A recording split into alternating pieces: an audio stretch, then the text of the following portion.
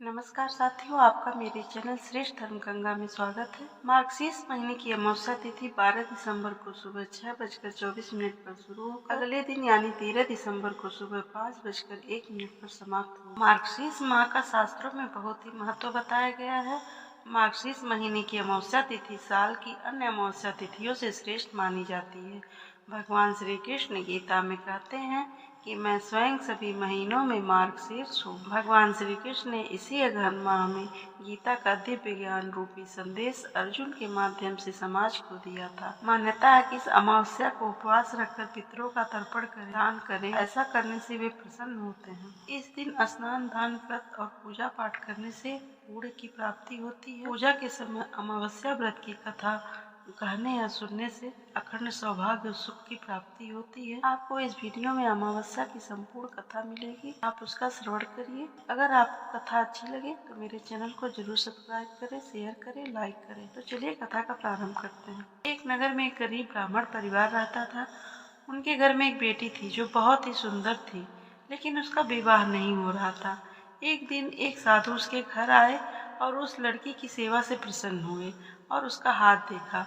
उन्होंने बताया कि उसके हाथ में विवाह रेखा ही नहीं है। साधु ने बताया कि एक गांव में सोना धोबन है। यदि यह कन्या उसकी सेवा करे और वह धोबन विवाह के समय अपनी मां का सिंदूर इस बेटी को लगा दे तो इसका विवाह योग बन जाएगा। तब ब्राह्मण पिता ने बेटी को उस धोबन की सेवा करने के लिए कहा। पिता के कहे अनुसार वह लड़की रोज सुबह सोना धोबन के घर जाती और उसके घर की साफ सफाई के साथ पूरा काम करके वापस घर आ जाती।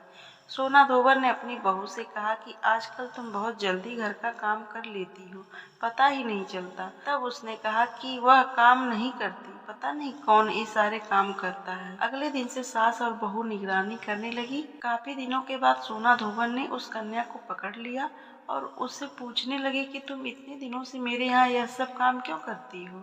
तब उसने सोना धोबन को सारी बातें बताई। सोना धोबन तैयार हो गई। उसने जैसे ही उस कन्या की मांग में अपनी सिंदूर लगाई, वैसे ही उसके पति की मृत्यु हो गई। ब्राह्मण परिवार से सोना धोबन जब घर वापस लौट रही थी तो सोना धोबन ने रास्ते में पीपल के पेड़ को 108 ईंट के टुकड़ों की भौरी दी और 108 बार परिक्रमा की। उसके बाद पानी पिया। उस दिन वह सुबह से निराहार और बिना जल पिए थी। पीपल की परिक्रमा करते ही उसका पति जीवित हो गया। वह घर जाकर देखती है और बहुत खुश होती है और खुशी खुशी अपने घर रहने लगी। चलिए दूसरी कथा का प्रारंभ करते हैं। एक गांव था, उसमें एक सास और बहू अकेले रहते थे और उनका बेटा विदेश में कमाने के लिए गया था। सास और बहू बहुत अच्छे से रहते थे। दोनों एक दूसरे की देखभाल करते थे। एक दिन बहू ने खाना नहीं खाया तो सास ने बहू से पूछा कि आज तुमने खाना क्यों नहीं खाया। तब बहू ने कहा कि सासू माँ, आज मेरा 3 पनौती अमावस्या का व्रत है, इसलिए मैंने खाना नहीं खाया। तब सासू ने कहा कि बहू, ये व्रत क्या होता है और यह व्रत करने से क्या फल मिलता है, मुझे भी समझाओ। तब बहू ने कहा कि सासू माँ, 3 पनौती अमावस्या का व्रत करने से बहुत पुण्य मिलता है। घर में अन्न धन बना रहता है, सुख शांति रहती है तथा अटल सुहाग भी मिलता है और पुत्र की प्राप्ति होती है। इस व्रत में प्रत्येक वर्ष अलग अलग खाना खाया जाता है और विष्णु भगवान के मंदिर में चढ़ावा चढ़ाया जाता है या फिर किसी ब्राह्मण को दान दिया जाता है। इस व्रत में पहले साल शक्कर, घी और चावल से बना खाना खाया जाता है। पहले साल व्रत पूर्ण होने के बाद 1.25 किलो चावल, 1 कटोरी घी तथा 1 कटोरी शक्कर किसी ब्राह्मण को दान दिया जाता है। दूसरे साल जौ, घी और शक्कर से बना खाना खाया जाता है। जब दूसरे साल का व्रत पूर्ण हो जाए तो 1.25 किलो जौ, 1 कटोरी घी तथा 1 कटोरी शक्कर किसी मंदिर में चढ़ाएं या फिर किसी ब्राह्मण को दान देना होता है। इसी तरह तीसरे साल गुड़, तिल और घी से बने व्यंजन खाने चाहिए। जब तीसरे साल का व्रत पूर्ण हो जाए तो आधा किलो तिल, गुड़ तथा 1 कटोरी घी किसी मंदिर में चढ़ाया जाता है या फिर किसी ब्राह्मण को दान दिया जाता है। इसे ही 3 पनौती अमावस्या व्रत कहा जाता है। फिर बहू ने कहा कि इस व्रत का अगर संकल्प लेते हैं तो इसे पूरा करना जरूरी होता है। अगर पूरा नहीं कर सकते हैं तो सास बहू में झगड़ा और घर में अशांति आ जाती है। तब सासू ने कहा कि मेरी तो उम्र हो गई है, लेकिन बहू, यह व्रत तुम रखो। तब बहू ने व्रत का आरंभ किया, लेकिन एक दिन बहू किसी के कहने पर गेहूं से बनी रोटी खा लेती है। तब अमावस्या माता इस बात से नाराज हो जाती हैं। जो सास और बहू बहुत ही प्यार से रहती थी, अब इन दोनों में झगड़ा होने लगा। सभी गांव वाले भी हैरान हो गए कि यह सब क्या हो रहा है। सास अपनी बहू को कहने लगी कि तुम जब से हमारे घर में बहू बन के आई हो, तब से हमारे घर की लक्ष्मी चली गई और तुम हमारे लिए शुभ नहीं हो। तब बहू ने कहा कि आपके घर की लक्ष्मी चली गई तो कहाँ मिलेगी, मुझे बताओ, मैं लक्ष्मी को लेकर आऊंगी। तब सासू ने कहा कि लक्ष्मी तुमको समुद्र के बीच में भगवान विष्णु के पैर दबाते हुए मिलेगी। तब बहू यह कहकर चली जाती है कि जब तक मैं लक्ष्मी को लेके नहीं आऊंगी तब तक मैं इस घर में पैर नहीं रखूंगी। इतना कहकर बहू लक्ष्मी की खोज में निकल जाती है।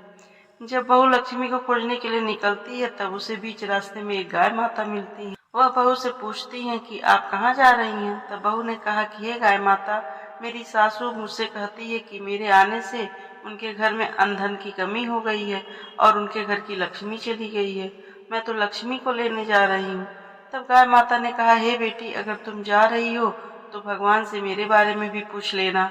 तब बहू बोलती है कि ठीक है गाय माता, बताओ मैं आपके बारे में क्या पूछूंगी। तब गाय माता बोलती है कि मेरा जो भी बछड़ा होता है वह मर जाता है, जिंदा नहीं रहता है। तुम भगवान से पूछ लेना कि मेरे साथ ऐसा क्यों हो रहा है, मैंने ऐसे कौन से कर्म किए हैं। तब बहू बोली, गाय माता, मैं आपके बारे में जरूर पूछ लूंगी।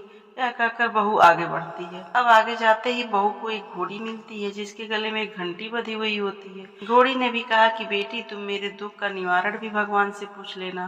तब बहू ने कहा, जरूर पूछ लूंगी। यह कहकर बहू आगे बढ़ती है। आगे जाते ही बहू को एक अंधा, बहरा और बुजुर्ग मिलता है। वह भी बहू से अपनी समस्या भगवान से पूछने के लिए कहते हैं। तब बहू उनकी समस्या भी भगवान से पूछने के लिए कहकर आगे बढ़ जाती है। आगे जाते ही बहू को एक बूढ़ी औरत मिलती है जो हाथ और पैर से अपाहिज होती है।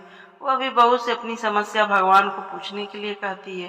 तब बहू उसकी समस्या को भी पूछने के लिए तैयार हो जाती है और आगे बढ़ती है। आगे चलते चलते बहू थक जाती है और एक आम के पेड़ के नीचे बैठ जाती है। तब आम का पेड़ खुश होकर बहू से पूछता है कि बेटी, तुम कहाँ से आई हो और कहाँ जा रही हो। तब बहू बताती है कि वह लक्ष्मी को लेने जा रही है। तब पेड़ भी अपनी समस्या भगवान को पूछने के लिए कहता है और कहता है कि मेरे पेड़ पर लगे आम खट्टे क्यों होते हैं, इस बारे में भगवान से जरूर पूछ लेना।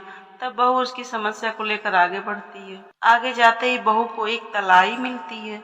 वह भी बहू को बताती है कि तुम भगवान से पूछना कि मेरे तलाई का पानी इतना मैला क्यों है, कोई भी इसे क्यों नहीं पीता। तब बहू कहती है, जरूर पूछ लूंगी, और कहकर आगे बढ़ जाती है। बहुत दिन जंगल में चलते चलते बहू थक जाती है। उसे भूख भी लग जाती है, लेकिन खाना नहीं मिलने के कारण वह थक जाती है और जंगल में बेहोश हो जाती है। उसी समय भगवान विष्णु और माता लक्ष्मी वहाँ विचरण करते हुए आते हैं।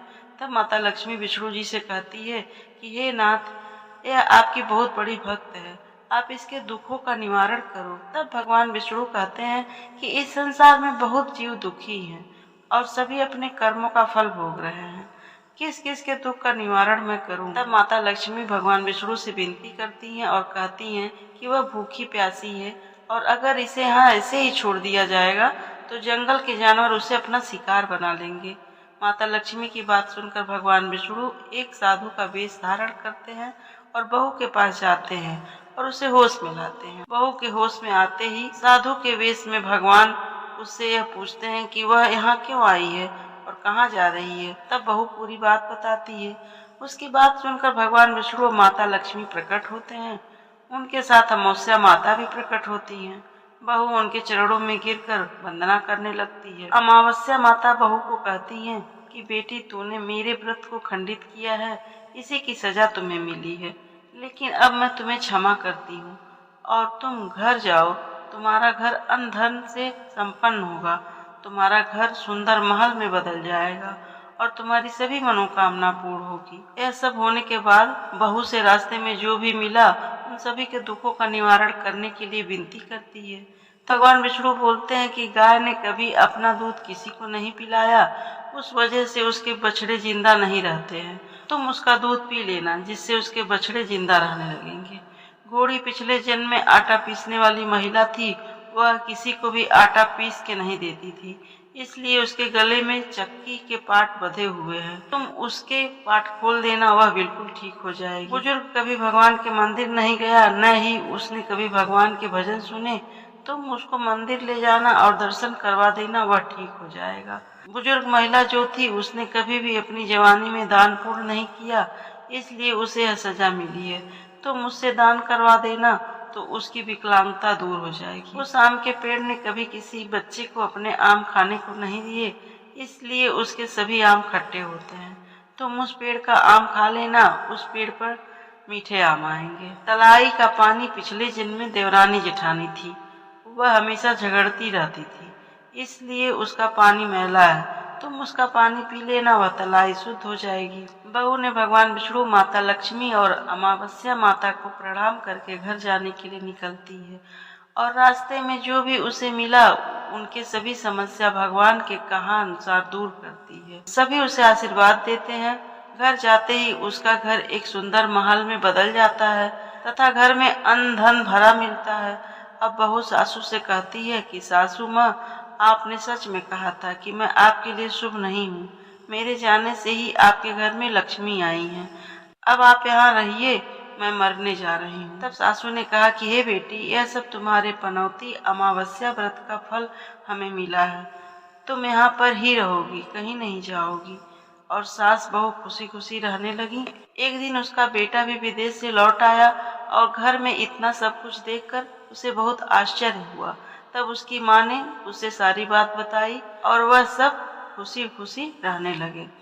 हे अमावस्या माता, जिस प्रकार आपने सास और बहू की मनोकामना पूर्ण की, उन्हें अन्न धन दिया, उन्हें सुखी किया, उसी प्रकार कथा कहने, सुनने और हुंकार भरने वाले सभी की मनोकामना पूर्ण करना, उन्हें सुखी करना।